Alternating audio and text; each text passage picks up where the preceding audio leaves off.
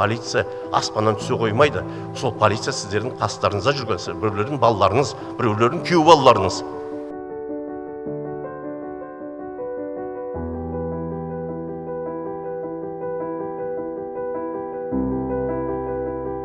Біреулердің көршілеріне сол жүрген, осы қоғамның толық мүшесі.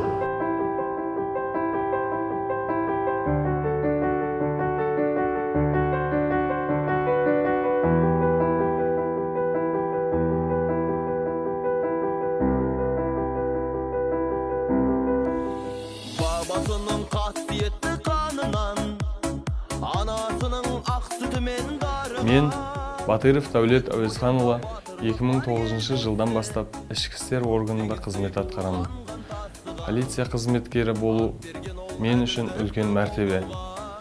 Сол орайда бүкіл қазақстандық полиция қызметкерлерін төл мерекесі, яғни Қазақстан полициясына 31 жыл толу мерекесімен шын жүректен құттықтаймын.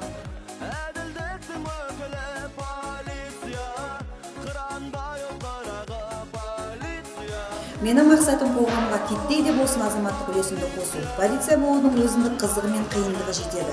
Мұнда күн түн демей жұмыс істеуім керек. Жұмыс бабымен неше түрлі адамдармен оқиғалармен бетпе-бет келеміз.